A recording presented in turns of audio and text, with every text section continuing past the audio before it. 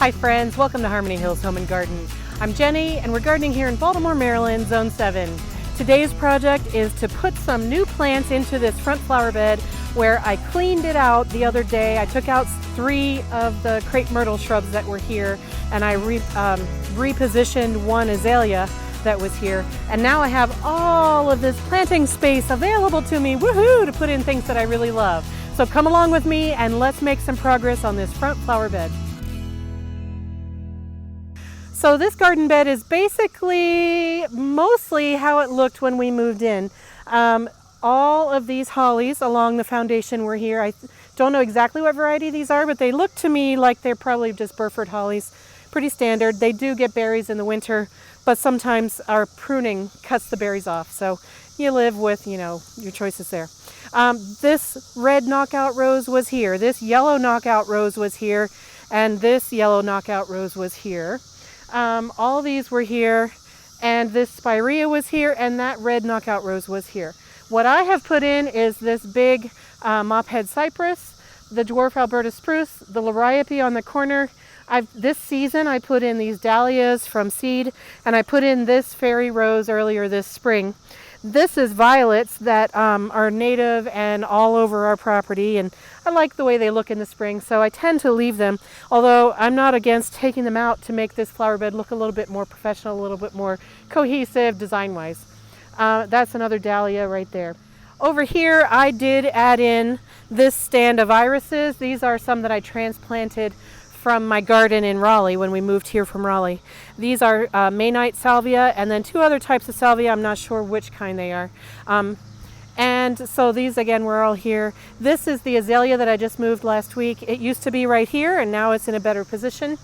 This crepe myrtle tree, it blooms purple in the mid to late summer and it was here.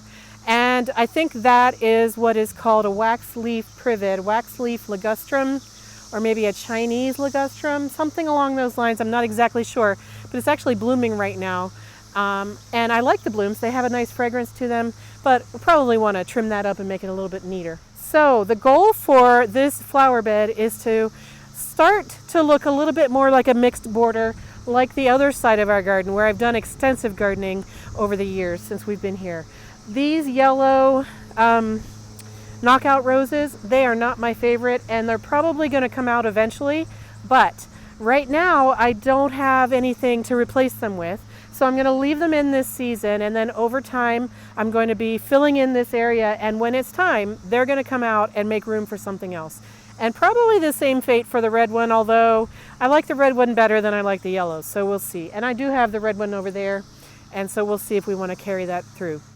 So for today, I have a couple of things that I can put in. I've got a incredible hydrangea that I bought because I want those big white blooms. And it's going to go in here. And then I also have some phlox that I just divided out of my courtyard garden. And they're going to go in here, and maybe some other things that I have lying around as well. This is not going to be full this season. It's still going to have lots of planting area left, and I'm just going to be adding into it over time as I can. So let's get to it. Let's start planting.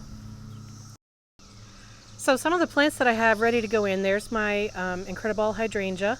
I'm positioning it between these 2 yellow knockout roses and behind the fairy rose.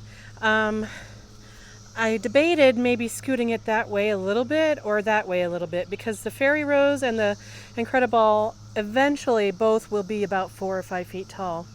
And so I want to be able to see the hydrangea, especially once these roses are no longer there. Actually, you know what? I am going to move it. Let's move it this way a little bit. Yeah, that's a little bit better. That way, when the fairy rose is still here, I'll still be able to see the hydrangea, and then when these 2 roses are gone, I might put a second hydrangea over here of the same variety. We'll see about that in the future. So now I have the Mary Rose here, I've got a knockout rose there, and currently dahlias and the yellow roses, another knockout rose red one there, and then the hydrangea right in there. So yeah, let's go with that placement for now. Okay, and then what else do I have? These are some plants that I dug out of my courtyard garden. These are mini pearl phlox.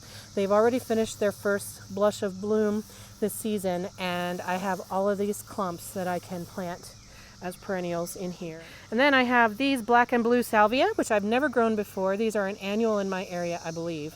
And they're called black and blue, I think probably because the stems look black, but the flowers are blue.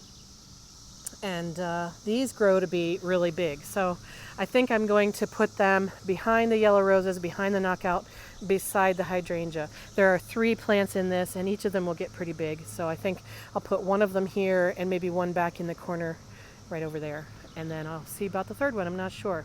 And then unexpectedly, I'm going to be planting some vegetables out here. I've got one zucchini plant, I've got one spaghetti squash plant, and one cucumber plant. So I don't have any full sun in my garden except right here in the front yard, so why not take advantage of it? So I'm going to put my full sun vegetables kind of right over here in this area this season. And you know, as my garden grows next year, I probably won't have vegetables out here, but for now I think it's going to be fine. So let me make some placement decisions.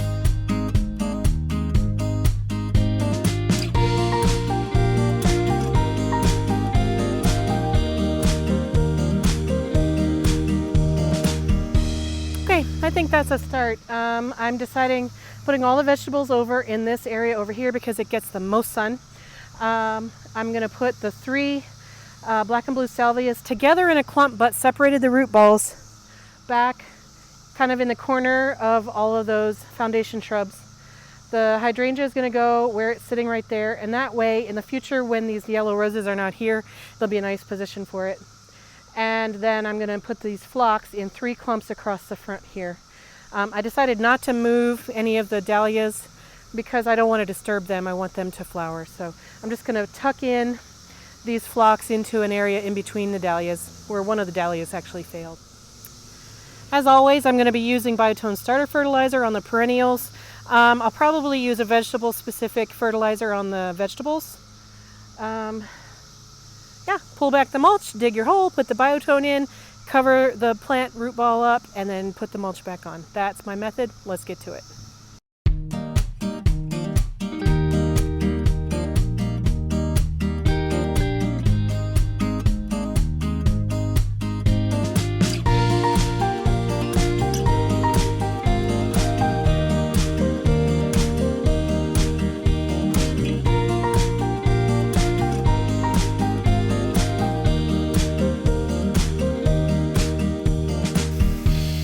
Like to water in before I put the mulch in, although sometimes I forget and I water after the mulch is back on. In general though, it's a little bit better for the plant to water before you mulch, and that way the mulch isn't taking up all the water that you're putting on it. Water nice and deep, let that soil really soak around. As far as the best time of year to transplant perennials, this is not it. We just came off of about a week of really hot and humid weather. The plants are a little bit stressed, and so if you can, you should transplant your perennials in the spring or in the fall. That gives them, you know, less opportunity to be heat stressed. Also gives them an opportunity to let their roots grow in before they have to worry about flowering. But here we are, and sometimes things just have to be done in the garden. So I'm transplanting these on a cool and overcast day. Our forecast calls for rain off and on this week, and also lots of overcast skies. So I think as far as summer days go, this is as good as it gets for transplanting in the summer. The trick is to just make sure everything stays nice and moist and watered, and do your best to provide them some cover from too much hot sun. I don't expect these phlox to bloom again because of the stress of being moved.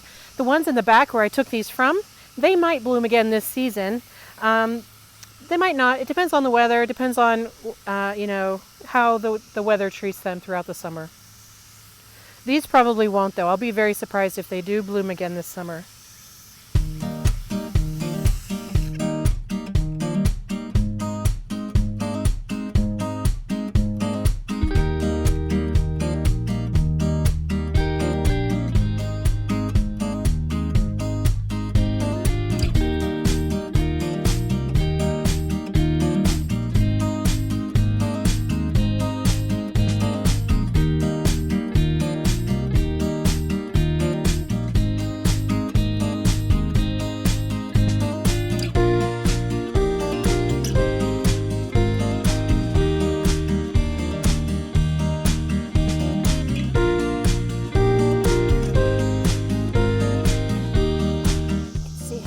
clay we have in our soil. Ooh, not as bad as some places, but it's bad enough for me. All right, water.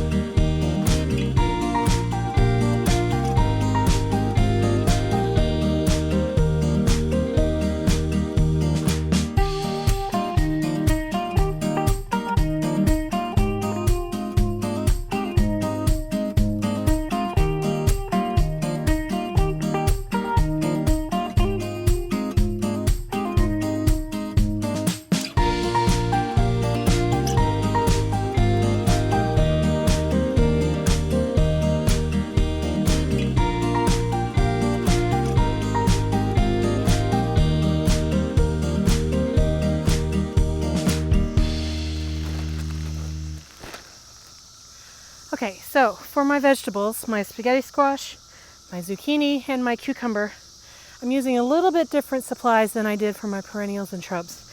First of all, I'm a mess. I'm going to be putting some of this organic raised bed mix soil down in a mound in these 3 spots, primarily because the soil here is terrible and I really want these vegetables to have a healthy start. So I'm going to be adding this in a mound just on top of the soil that's here and planting into these mounds. Second, I'm going to be using this Job's Organic Vegetable and Tomato Granular Feed. Let's see, 1.5 tablespoons per 2-inch plant. So just 1.5 tablespoons per mound into here. And then for the cucumber, I'm going to be using this tomato cage, but I'm going to be putting it upside down like this as kind of more of a tutor shape. It's very simple. There's nothing to it. And because I only have 1 cucumber plant, this is going to be plenty. I'll just twine the vine around it. If I had more than 1 plant, I'd use a bigger trellising system.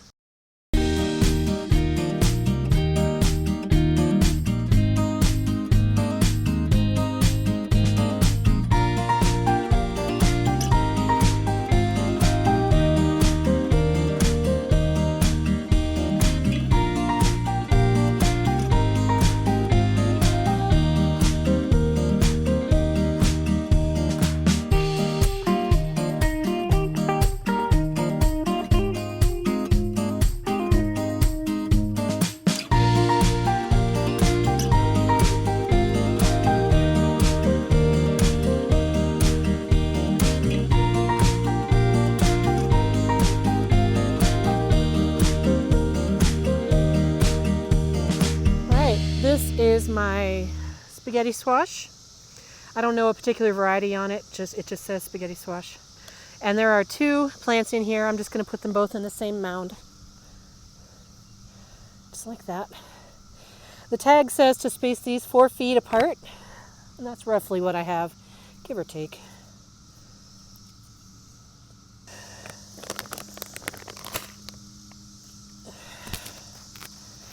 This cucumber variety is Burpee Hybrid, that's all it says. And again, there are 2 plants in here, but again, I think they'll be fine on that tomato cage.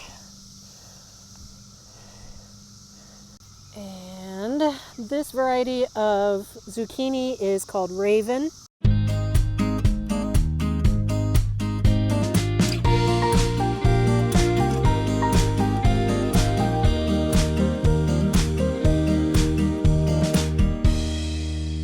Well, friends, that brings me to the end of this flower bed renovation for today. I'm a bit of a hot mess, but that's what comes when you work in the garden, right? So I've got the incredible hydrangea in, and I think I've put it in a place for the long term that makes sense design-wise. I've got the 3 black and blue salvias in the back. Those are annuals, and hopefully they will put on a wonderful show. They should get to be 4 or 5 feet tall with beautiful blue flowers all summer long. And then I've got my spaghetti squash, my cucumber, and my zucchini put into mounds in there, and I'm excited to see how they do. I might have to do something to keep rabbits off of them, so we'll see how that goes. And then finally, I've got these 3 clumps of mini pearl phlox that I put in here along the front. They're looking a little bit draggled right now, but they'll recover soon enough. They're very, very, very excellent plant, and I highly recommend mini pearl phlox for anybody. They're disease resistant, beautiful flowers, and they spread without taking over. So I'm really looking forward to having those in here. If you have any comments or questions, put them in the comment section down below. I'd love to have a chat with you. And if you haven't yet, go ahead and subscribe to the channel. I'd love to have you come back on a regular basis, and let's share what's happening in each other's gardens. Thank you so much for joining me today. I hope you have a wonderful gardening day where you are, and I will see you in the next video. Bye-bye.